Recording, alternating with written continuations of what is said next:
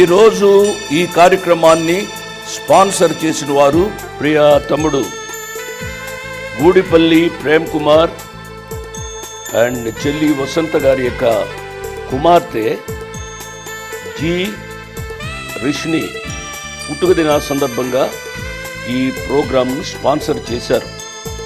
They are from Lakshminagar, Bhupalli, Warangal district. ఈరోజు కార్యక్రమాన్ని చూచి అనేకులు రక్షింపబడతారు, బాధలలో ఉన్నవారు ఆదరించబడతారు. దానికి కారణం మీరే. కాబట్టి ప్రభు మిమ్మలను నిండారుగా దీవించును కాక. Praise the lord. దేవుని నామానికి స్తోత్రం. తమ్ముడు, చెల్లెమ్మ ఎలా ఉన్నారు? బాగున్నారా? లేకపోతే ఎంతో బరువైన హృదయముతోని కన్నీరు పెట్టుకొని ఈ ప్రోగ్రామ్ని చూస్తున్నారా? అన్నయ్య, ఎందుకు మా జీవితాల్లో ఇన్ని శ్రమలు, ఎందుకు దేవుడు ఇన్ని కష్టాలు మా జీవితాల్లో ఇచ్చారు అని చెప్పి మీరు బాధపడుతున్నారా? అక్కయ్య, నీవు కూడా ఎంతో కంటతడ పెట్టుకొని బరువైన హృదయంతో, విరిగి నలిగిపోయిన హృదయంతో ఈ ప్రోగ్రామ్ని మీరు చూస్తున్నారా? ఎందుకు నా వ్యక్తిగత జీవితంలో, నా వైవాహిక జీవితంలో ఇన్ని కష్టాలు అని చెప్పి మీరు బాధపడుతున్నారా? అన్నయ్య, నీవు ఎలా ఉన్నావు? నీ జీవితంలో సమస్యలు ఎక్కువగా ఉన్నాయా? నీవు ఈ సమస్యలు ఎవరికి చెప్పుకోలేక, నీ సొంత భార్యకి, తల్లిదండ్రులు కూడా చెప్పుకోలేక ఎంతో బరువైన హృదయంతో ఈ ప్రోగ్రామ్ని మీరు చూస్తూ ప్రార్థిస్తున్నారా? ఎందుకు దేవుడు ఇన్ని కష్టాలు నాకు ఇచ్చారని చెప్పి మీరు ప్రార్థిస్తున్నారా? అంకుల్, ఆంటీ, కుమారుడు, కుమార్తె మాట వినట్లేదా? చెయ్యి దాటిపోయారా? మీరు వీరి గురించి ఎంతగా ప్రార్థిస్తున్నా దేవుడు ఎందుకు నా ప్రార్థనని ఆలకించట్లేదు? దేవుడు ఎందుకు నాకు ఇలాంటి కుమారుడిని, కుమార్తెని ఇచ్చారు అని చెప్పి మీరు ప్రార్థిస్తూ ఎంతో ఒంటరితనాన్ని అనుభవించుకుంటూ, ఈ బాధని కూడా ఎవరికి చెప్పుకోవాలో తెలియక, నా జీవితాల్లో కొంచెం సమాధానం కావాలి అని చెప్పి ఈ సమాధాన సమయం కార్యక్రమాన్ని చూసుకుంటూ మీరు ప్రార్థిస్తున్నారా? మీ బాధ వినడానికి, మీ ప్రార్థనని బలపరచడానికి యేసు అనుచరుల ప్రార్థనా బృందం ఎల్లప్పుడూ మీతోని ఉందని మీరు మరవకండి. మీరు సంతోషంగా, ఆరోగ్యంగా, అతి ముఖ్యంగా మీ జీవితాలలో మీరు పరిశుద్ధంగా జీవించాలి అనేదే మా ప్రార్థన. మన జీవితాల్లో ఎల్లప్పుడూ ఒకటి గుర్తుపెట్టుకోవాలి, మన జీవితాల్లో కష్టాలు ఎక్కువైపోయాయి. ఈ కష్టాల్ని నేను ఇంకా మొయ్యలేను, నా హృదయం బరువెక్కిపోయింది, నా హృదయం విరిగిపోయి నలిగిపోయింది, దేవా ఎందుకు ఇలా చేశావు, నా ఈ కష్టాల్ని, ఈ బరువుని మీరు తొలగించండి అని మనం ఎక్కువగా ప్రార్థిస్తుంటాం. కానీ మనం అలా ప్రార్థించకూడదు. Don't pray for a lighter load, but pray for a stronger back. నాకు కష్టాలు ఎక్కువైపోయి తొలగించండి అని ప్రార్థించే కంటే మన జీవితాల్లో, దేవా ఎన్ని కష్టాలైనా సైన్యములకు అధిపతి అయిన యెహోవా నా తోడున్నాక నాకింటిది భయం అనే విధంగా అలాంటి విశ్వాస జీవితాన్ని నాకు అనుగ్రహించు దేవా అని ఎందుకు మనం ప్రార్థించకూడదు? అలా మనము ప్రార్థించి అలాంటి జీవితాన్ని మనము జీవించాలి.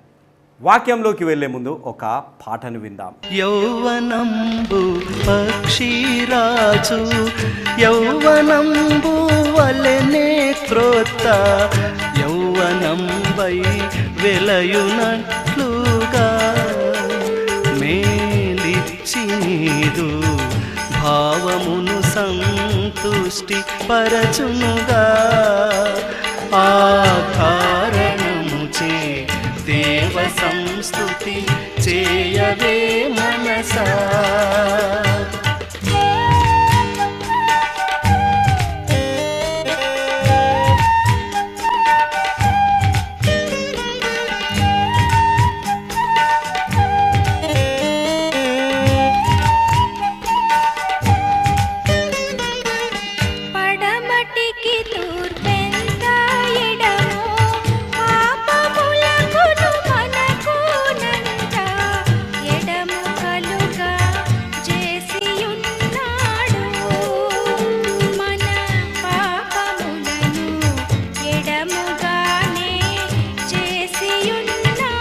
పాట విన్నారు కదా? ప్రార్థన చేసుకుందాం. వీలైన వారందరూ, అతి ముఖ్యంగా యవనస్తులు, నాతో పాటు ఈ ప్రార్థనలో మోకరించాలి అనేది నా మనవి. మీరు నాతో పాటు ఈ ప్రార్థనలో ఏకీభవించడం ద్వారా ఏ ప్రార్థన అవసరతల కొరకైతే నేను ప్రాముఖ్యంగా ప్రార్థిస్తున్నాను, వారి జీవితాల్లో ఒక అద్భుతాలు, స్వస్థతలు, అతి ముఖ్యంగా వారి విశ్వాసం బలపడటంలో మీరు కూడా పాలిభాగస్తులే. ప్రేమలు మా తండ్రి, పరిశుద్ధమైన మా ప్రభువా, ఈ కొద్దిపాటి సమయాన్ని మాకు ఇచ్చినందుకు మీకు ఎంతో వందనాలు, కృతజ్ఞతలు చెల్లించుకుంటున్నాం. ఈ వారమంతా మమ్మల్ని కాచి కాపాడిన విధానం కొరకే మీకెంతో వందనాలు.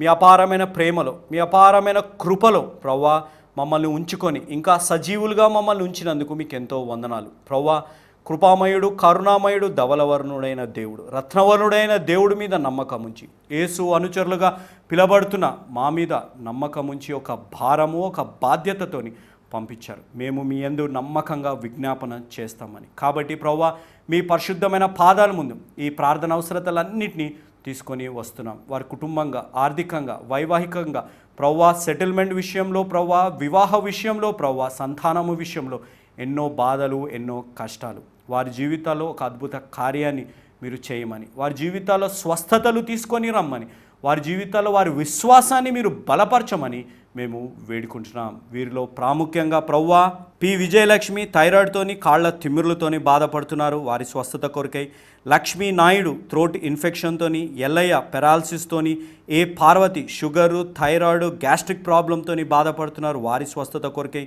రాజేష్ ఇంకా రమ్యశ్రీ 4 సంవత్సరాలుగా విడిపోయి ఉన్నారు.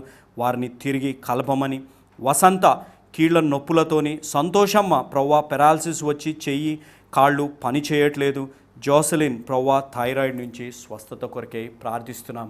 ప్రవ్వా పరిశుద్ధ ప్రమాణాలు తీసుకున్నవారు విడిపోయినారు. ప్రవ్వా మిమ్మల్ని అవమానించే విధంగా వారు జీవిస్తున్నారు. వారిని తిరిగి కలపమని, వారి తప్పులు వారు తెలుసుకోమని, ఎవరైతే భార్యాభర్తలుగా విడిపోయి ఈ ప్రార్థనలో ఏకీభవిస్తున్నారో ప్రవ్వా వారిని తిరిగి కలపమని కూడా మేము వేడుకుంటున్నాం. ఎవరైతే అనారోగ్యంతో బాధపడి ఈ ప్రార్థనలో ఏకీభవిస్తున్నారో వారందరినీ మీరు ముట్టి స్వస్థపరిచి ఆర్థిక స్థిరత్వం వారి జీవితాల్లో దయచేయమని యేసు నామంలో మీ యందు అడుగుతున్నాం. ప్రవ్వా ఈరోజు ఈ టీవీ ప్రోగ్రామ్ని స్పాన్సర్ చేసిన గూడిపల్లి ప్రేమకుమార్ గారు, వసంత గారు, వారి కుమార్తె రిషిని జన్మదిన సందర్భంగా స్పాన్సర్ చేశారు. ప్రవ్వా ఆ బిడ్డని నిండుగా దీవించి ఆశీర్వదించండి. అదేవిధంగా వారి కుమారుడు రిన్ని కొరకే కూడా ప్రార్థిస్తున్నాం. వారిని యవన కాలము నుండే మీ యందు భయభక్తుల్లోని పెంచి ప్రవ్వా మీకు మహిమార్థంగా వారిని తీర్చిదిద్దామని వేడుకుంటున్నాం.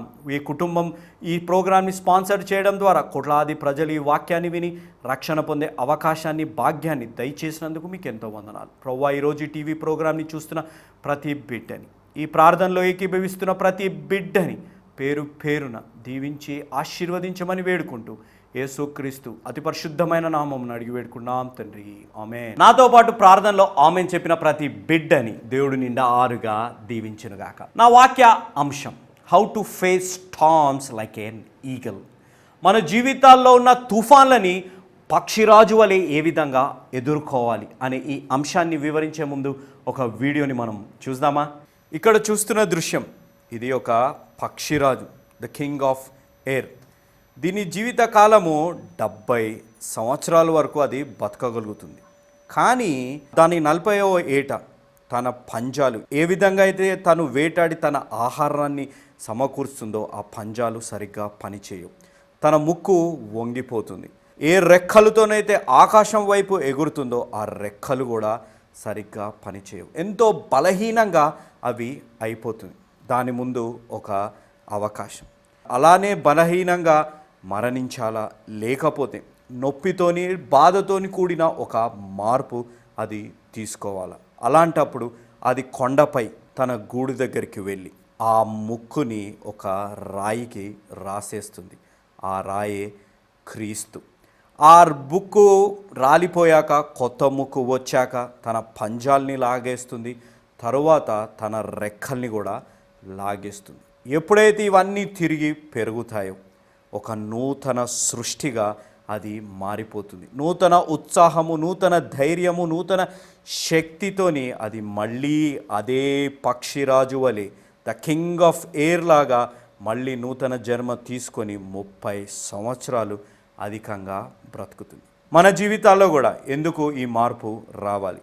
మనము బ్రతకడానికి, దేవుడిచ్చిన అద్భుత జీవితాన్ని జీవించడానికి, ఒక నూతన జీవితము జీవించడానికి. మన జీవితాల్లో గతంలో చేసిన తప్పులు, గతంలో చేసిన పాపాలు మన జీవితాల్లో వాస్తవంలోకి రాకుండా, మన వాస్తవాన్ని పాడు చేయకుండా ఉండాలంటే అవన్నిటిని మనము ఊడదీసేయాలి, పీకేసేసి పక్కకి పడేయాలి. అప్పుడే కానీ ఒక నూతన సృష్టిగా మనము మారము, ఒక నూతన జన్మ మనము తీసుకోము. కాబట్టి ఈరోజే మన జీవితాల్లో ఎలాంటి పాపపు జీవితాన్నున్న తొలగించేసి ఒక పక్షిరాజు వలె నూతన ఉత్సాహముతోని నూతన శక్తితోని పరలోకానికి మనము వెళ్దామా? దేవుని నామానికి స్తోత్రం. వీడియోని చూశారు కదా, పక్షిరాజు ఈగిల్ అనగానే చాలామందికి భయమేస్తుంది, అవునా? ఎందుకంటే బలమైన పక్షి, శక్తివంతమైన పక్షి రాజు, ద కింగ్ ఆఫ్ ఎయిర్. ఆ పక్షి రాజు, the eagle lives for 70 years. అంటే ఆ పక్షిరాజు 70 సంవత్సరాలు బ్రతుకుతుంది. కానీ 40వ సంవత్సరంలో ఆ పక్షిరాజు ఎంతో బలహీనము అయిపోతుంది. దానికి ఉన్న ముక్కు సరిగ్గా పనిచేయదు, దానికి ఉన్న రెక్కలు అంత బలహీనంగా అయిపోయి ముందుగా ఎగిరే అంత బలంగా వేగంగా ఆకాశంలో ఎగిరే అంత శక్తి ఆ పక్షిరాజుకి ఉండదు. దానికి ఉన్న పంజాలు కూడా చాలా బలహీనంగా అయిపోతాయి. అలాంటి సమయంలో పక్షిరాజు ముందు ఒక అవకాశం వస్తుంది. ఏ మార్గాన్ని ఎంచుకోవాలి? 40 సంవత్సరాల్లోనే అలానే బలహీనంగా చనిపోతావా, లేకపోతే నీ జీవితంలో కొంచెం బాధ కలిగిన ఒక మార్పు నీ జీవితంలో రావాలి. ఆ మార్పు కానీ ఆ పక్షిరాజు తీసుకుంటే ఇంకా 30 సంవత్సరాలు అది బ్రతుకుతుంది. It is at a cross roads, ఒక జంక్షన్లో అది నిలబడిపోయింది పక్షిరాజు. ఏ మార్గాన్ని ఎంచుకోవాలి? చనిపోవాలా, లేకపోతే ఎంతో కష్టమైన ఒక మార్గాన్ని, ఒక మార్పుని నేను ఎంచుకోవాలా అనే విషయంలో మన జీవితాల్లో కూడా దేవుడు మనల్ని కూడా ఒక క్రాస్ రోడ్స్లో, ఒక జంక్షన్లో ఉంచి ఒక అవకాశం, ఏ మార్గాన్ని ఎంచుకోవాలి? పాపిగానే మరణించాలా, లేకపోతే దేవుడి కొరకు జీవించి దేవునికి మహిమ తెచ్చేటట్టు జీవించాలా అనే ఒక మార్గాన్ని ఎంచుకునే అవకాశాన్ని మనకి దేవుడు ఇస్తున్నారు. కానీ these days people are habituated to their sinful life. They don't like to change their lifestyle. అవును, పాపపు జీవితానికి అలవాటైపోయి, వ్యసనాలకి అలవాటైపోయి, అనుమానానికి అలవాటైపోయి, ఇష్టానుసారంగా తిరగడానికి అలవాటైపోయి, లోకానుసారమైన జీవితాన్ని జీవించడంలో అలవాటైపోయి మళ్ళీ దేవుడి కొరకు ఏం జీవిస్తాంలే, ఈ జీవితం ఎంతో సంతోషంగా ఉంది, ఎంతో ఆనందం మనకి కలిగిస్తుంది, నా శారీరక కోరికలన్నీ తృప్తిపరచుకునేటట్టు ఉంది కదా అనే విధంగా మనము జీవిస్తుంటాం. ఎప్పుడైనా మన జీవితాల్లో ఒక మార్పు కోసం మనం ప్రయత్నిస్తే సాతానుడు దాన్ని రానివ్వడు కూడా. ఆ ఆలోచన వచ్చినా మన జీవితాల్లో లోకాన్ని ఇంకా అందంగా చూపెట్టడానికి ప్రయత్నిస్తాడు. మన జీవితాల్లో కూడా వ్యసనాలు మానడం మనకి ఎంతో బాధాకరం, సిగరెట్లు తాగడం ఎంతో బాధాకరం మనకి, కానీ అవి మానుకోవాలంటే ఎంతో కష్టం, అవునా? వ్యభిచారము చేయడం మానుకోవడం కష్టమే. శారీరక కోరికలకి అలవాటైపోయి జీవించేవారు అది మానుకోవడం కష్టం. లంచాలు తీసుకునేవారు అది మానుకోవడం కష్టం. నా జీవితం సంతోషంగా కొనసాగుతుంది కదా, కానీ అలా జీవించేవారు ఒక బలహీన ఘట్టమని మర్చిపోతారు. కాబట్టి ఈరోజు దేవుడు మనల్ని కూడా ఒక ప్రశ్న అడుగుతున్నారు.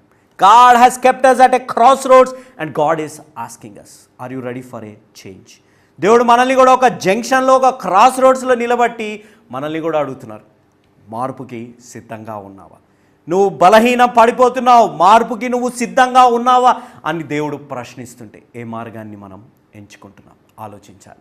నా వాక్య అంశం, how to face storms like an eagle. పక్షిరాజు వలె తుఫాన్ని ఏ విధంగా ఎదుర్కోవాలి అనే అంశాన్ని వివరించాలని నేను ప్రార్థించినప్పుడు దేవుడు నాకు యోబు గ్రంథం 12వ అధ్యాయం 7వ వచనం నుంచి 9వ వచనం వరకు నాకు చూపెట్టారు. అయినను మృగములను విచారించుము, అవి నీకు బోధించును, ఆకాశ పక్షులను విచారించుము, అవి నీకు తెలియజేయును, భూమిని గూర్చి ధ్యానించిన ఎడల అది నీకు బోధించును, సముద్రములోని చేపలను నీకు దాని వివరించును, వీటన్నిటిని బట్టి యోచించుకొనిన ఎడల యెహోవా హస్తము వీటిని కలుగజేసెనని తెలుసుకొని లేనివాడు ఎవడు. ఇక్కడ మనం గమనిస్తే నీళ్ళల్లో ఉన్న చేపల నుంచి, జంతువుల నుంచి, లేకపోతే పక్షుల నుంచి మనం ఏదో ఒకటి నేర్చుకోవచ్చు. ఈరోజు నేను వివరించేది పక్షిరాజు నుంచి మనము ఏమి నేర్చుకోగలుగుతాం.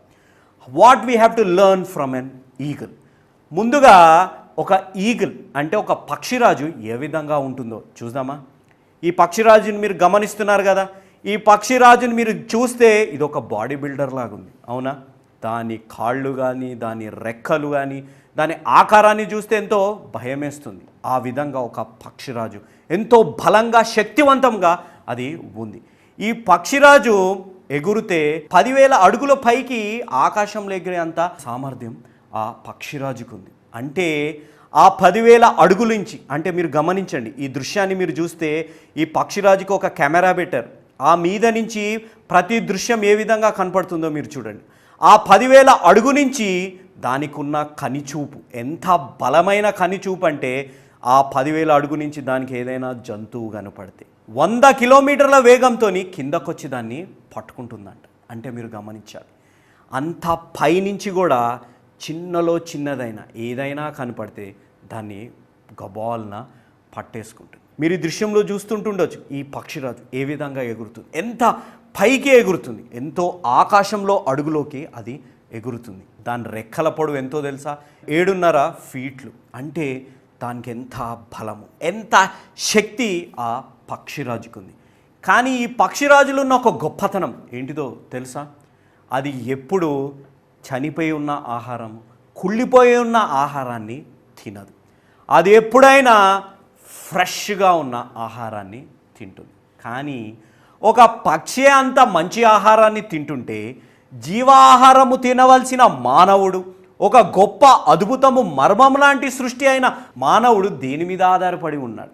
కుళ్ళు, కుతంత్రాలు, కోపము, ద్వేషము, అసూయ, పగ, లేకపోతే పాపం మీద ఆధారపడి ఉన్నాడు. కానీ మన జీవితాల్లో ఫ్రెష్గా ఉన్న జీవ ఆహారమైన దేవుని వాక్యం మీద మనం ఆధారపడి ఉన్నామా?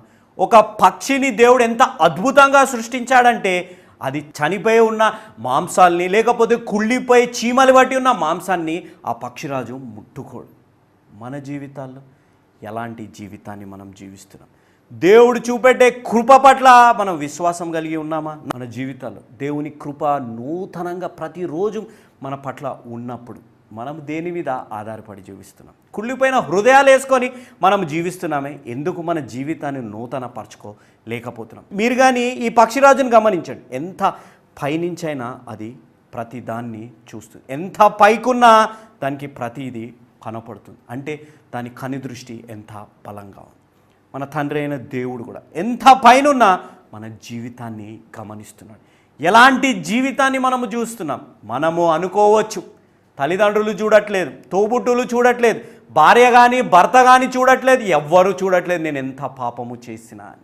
కానీ పక్షిరాజు వలె తండ్రి అయిన దేవుడు మనల్ని చూస్తున్నారు అనేది గమనించాలి. నా పక్కన ఉన్న ఈ పక్షిని కానీ మీరు గమనిస్తే ఇదెంతో నిశ్శబ్దంగా ఉన్నట్టు కనపడుతుంది. కానీ మనం ఒక పక్షిరాజు నుంచి నేర్చుకోవాల్సింది ఏంటిది? మీరు ఈ దృశ్యాన్ని కానీ గమనిస్తుంటే ఈ పక్షిరాజు ఎలా ఎగురుతుంది?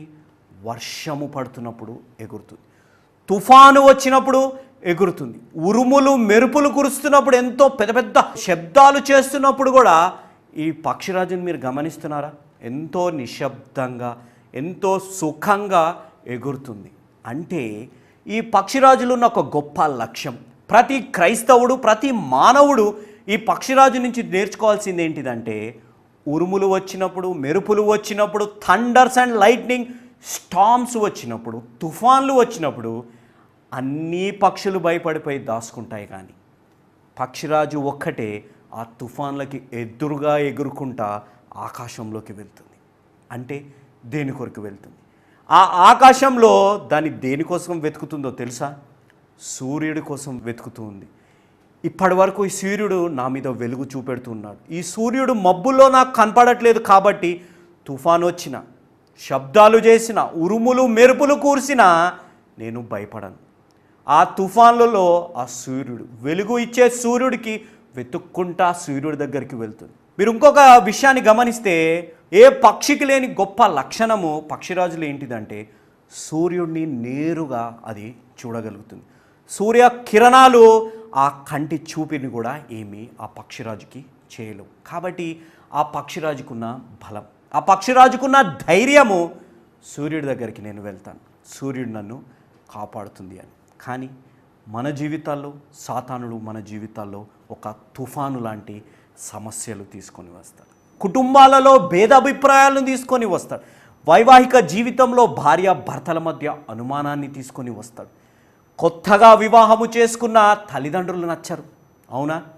కొత్తగా వివాహము చేసుకున్న భార్య నచ్చదు, విడిచి వెళ్ళిపోతుంటాం, లేకపోతే పారిపోయి జీవించేవారు ఎంతోమంది ఉన్నారు. ఎందుకు?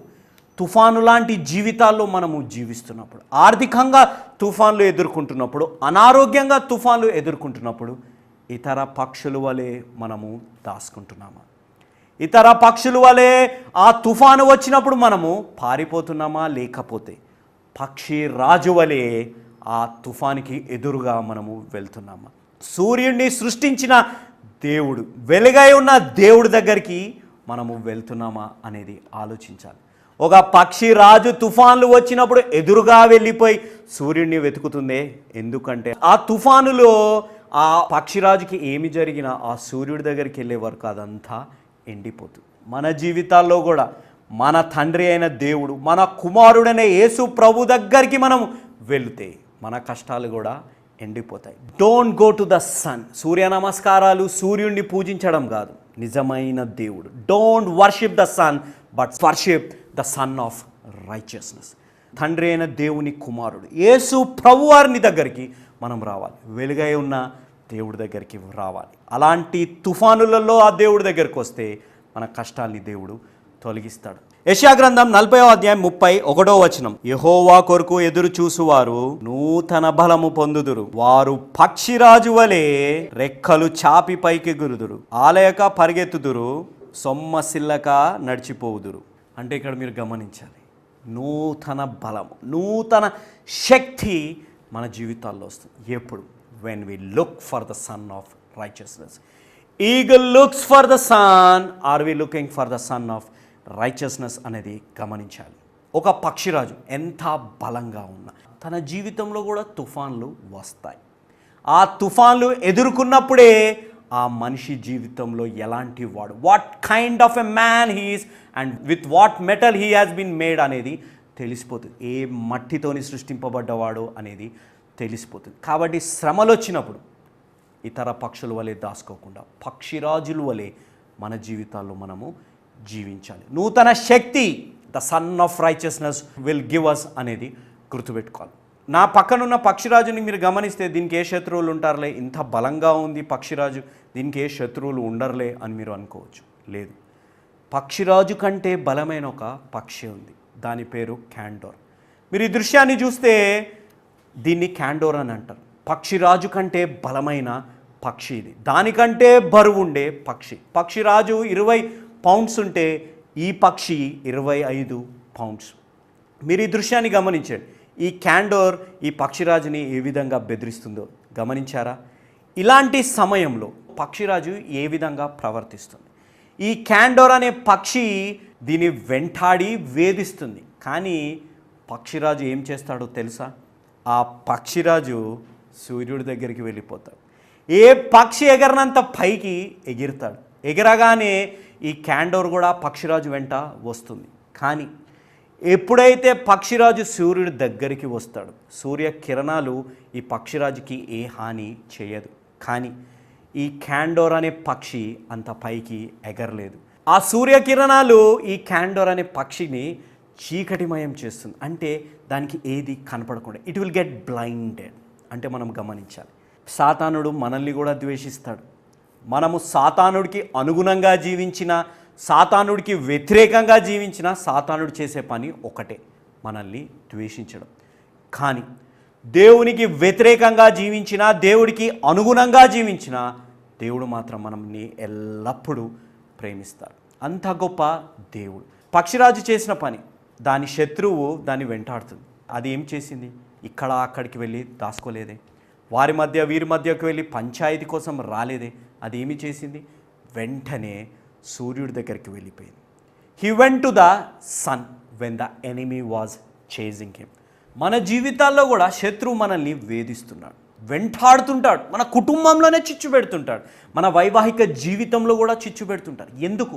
నూతనంగా పెళ్ళి అయిన వారు, ఎందుకు విశ్వాసులుగా జీవిస్తున్న వారు, అంత పరిశుద్ధమైన స్థలంలో పరిశుద్ధ ప్రమాణాలు తీసుకున్న వారు విడిపోతున్నారు. ఎందుకు? వారి మధ్య భేదాభిప్రాయాలు వస్తున్నాయి. ఎందుకు? ఒక సంవత్సరం అయ్యాక భార్య భర్తని, భర్త భార్యని ప్రేమించలేకపోతున్నారు. ఎందుకు?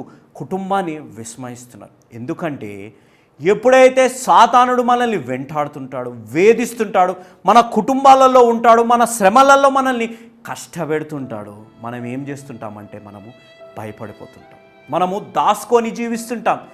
బట్ పక్షిరాజు సూర్యుడి దగ్గరికి వెళ్తుంది, మనము మాత్రం ఎటు వెళ్తున్నాం? నిరాశ, నిస్పృహ, సూసైడ్, లేకపోతే ఇవన్నిటి గురించి ఆలోచిస్తున్నాం. Are we going to the sun of righteousness? దేవుని కుమారుడు అయిన యేసు ప్రభువారి దగ్గరికి మన శత్రువు మనల్ని వెంటాడుతున్నప్పుడు, మన శత్రువు మనల్ని ద్వేషిస్తూ మనల్ని వెంటాడి మనల్ని వేధిస్తున్నప్పుడు, మన జీవితాల్లో వ్యక్తిగతంగా, కుటుంబంగా, వైవాహికంగా, ఆర్థికంగా, అనారోగ్యంగా మనల్ని వేధిస్తున్నప్పుడు, are we going to the sun of righteousness అనేది ఆలోచించాలి. నేను ఇన్ని దృశ్యాలు చూపెట్టాను. It's the king of air, దాని పక్షుల రాజు అని పిలుస్తున్నారు. దాని జీవితంలో తుఫాన్లు వచ్చి దానికి కూడా ఒక శత్రువు ఉన్నాడు. కానీ ఒక పక్షిరాజు వలె మన జీవితాల్లో మనం జీవించాలి అని అంటే, ఒక పక్షిరాజు వలె మన జీవితాల్లో తుఫాన్లు వచ్చినప్పుడు దాన్ని ఎదుర్కోవాలి అని అంటే, ఒక పక్షిరాజు వలె మన జీవితాల్లో శత్రువు మనల్ని వెంటాడి వేధిస్తున్నప్పుడు అవన్నిటిని మనం ఛేదించాలి అని అంటే, మన జీవితాల్లో we have to come to the sun of righteousness. మన జీవితాల్లో మన తండ్రి అయిన దేవుడు, కుమారుడైన యేసు ప్రభు, పరిశుద్ధాత్మ దగ్గరికి మనము రావాలి. అలాంటి విశ్వాస జీవితం మన జీవితాల్లో రావాలి. అలాంటి ధైర్యము, అలాంటి శక్తి మన జీవితాల్లో రావాలి. ఒక పక్షిరాజు వల్లే నేను జీవించాలి అనే ఆలోచన ఈరోజు మన జీవితాల్లో ఉంటే మన పాపాన్ని మనం ఒప్పుకోవాలి. దేవుని మన సొంత రక్షకునిగా మనము అంగీకరించాలి. ఈరోజు కానీ మనం దేవుని సొంత రక్షకునిగా అంగీకరించగలిగితే మన శత్రువు సాతానుడు మన వెంట వచ్చినా, మనల్ని వేధించినా, మనల్ని వెంటాడినా, మన కుటుంబాలలోకి రావాలని ప్రయత్నించిన, మన వైవాహిక జీవితంలో రావాలని ప్రయత్నించిన, వ్యక్తిగతంగా మనకి ఎంత హాని చేయాలని ప్రయత్నించిన, ఎప్పుడైతే మనం దేవుడి దగ్గర ఉంటామో ఇది కూడా చీకటిమయమైపోతుంది. ఈ సాతానుడు దేవుని వెలుగుని తట్టుకోలేడు. మన జీవితాల్లో కూడా, మన కష్టాలలో, మన సమస్యలలో ఆ సాతానుడు కూడా మన జీవితాల్లోంచి వెళ్ళిపోవాలి అనంటే వెలుగై ఉన్న దేవుడు మన జీవితాల్లో ఉండాలి. ఆ వెలుగై ఉన్న దేవుడి దగ్గరికి మనం రావాలి అంటే ఈరోజే ఒక నిజమైన యేసు అనుచరుడుగా మారాలి. ఎందుకనగా యేసు మార్చేది జీవితాలు, మతాలు కాదు అనేది మరవకండి. గత వారమంతా కుటుంబం యొక్క విలువ తెలియని వారి కొరకే ప్రత్యేకంగా ప్రార్థించాం. దేవుడు మా ప్రార్థనని ఆలకించి వారికి కుటుంబం యొక్క విలువ తెలియజేసినందుకు దేవుడికి ఎంతో వందనాలు, కృతజ్ఞతలు మేము చెల్లించుకుంటున్నాం. వచ్చే వారమంతా మీ జీవితాల్లో ఎలాంటి తుఫాన్లు, ఎలాంటి సమస్యలు ఉన్నా మీ కొరకు ప్రత్యేకంగా ప్రార్థిస్తాం. మీ ప్రార్థన అవసరతలన్నీ ఈ కింద ఉన్న ఫోన్ నెంబర్లకి పంపిమని నా మనవి. యేసు అనుచరులు ఒక మిషనరీ సంస్థ. ఈ మిషనరీ సంస్థ ఎక్కడైతే వాక్యము విత్తబడలేదో అక్కడికి వెళ్ళి దేవుని వాక్యాన్ని అందజేస్తుంది. ఈ పరిచర్య మ్యాగజిన్ ద్వారా, సువార్త సభల ద్వారా, అతి ముఖ్యంగా సువార్తని ప్రేమించే యేసు అనుచరులుగా ఉన్నవారు మమ్మల్ని ప్రోత్సహిస్తూ ఇన్ని సంవత్సరాలు ఈ మినిస్ట్రీని కొనసాగిస్తున్నారు. ఇక ముందు కూడా మీరందరూ కొనసాగిస్తారని, వెళ్ళలేకపోయినా వెళ్ళే మాలాంటి వారిని మీరు ప్రోత్సహిస్తున్నందుకు నా కృతజ్ఞతలు. ఇంకా మీ జీవితాలు మీకు ఒక భారం ఉందా? సర్వలోకానికి వెళ్ళి సువార్త ప్రకటించాలని, కానీ మీరు వెళ్ళలేకపోతున్నారా? మీరు వెళ్ళలేకపోయినా వెళ్తున్న మాలాంటి వారిని మీరు ప్రోత్సహించమని, యేసు అనుచరుల మినిస్ట్రీ విశ్వాసముతోని, నమ్మకంతోని, ఒక నిజాయితీగా దేవుని వాక్యాన్ని, సువార్తని ప్రకటిస్తూ వస్తుంది. అడవిలో ఉన్న వారిని కూడా వదలకుండా వారిని సువార్త ప్రకటించి యేసు ప్రభు ఒక రాజ్యంలో మనమందరం ప్రవేశించాలని సిద్ధపరుస్తూ వస్తున్నాం. కాబట్టి అతి ముఖ్యంగా యేసు అనుచరుల మిషనరీ సంస్థని, యవనస్తుడైన నన్ను మీరు ప్రోత్సహించమని, ఈ సమాధాన సమయం అనే కార్యక్రమం నిర్విఘ్నంగా కొనసాగాలి అంటే మీరు మాకు సహాయపడాలని నా మనవి. కాబట్టి ఇంతవరకు వాక్యాన్ని విన్న ప్రతి బిడ్డని దేవుడు నిండారుగా దీవించునుగాక. ఆమేన్.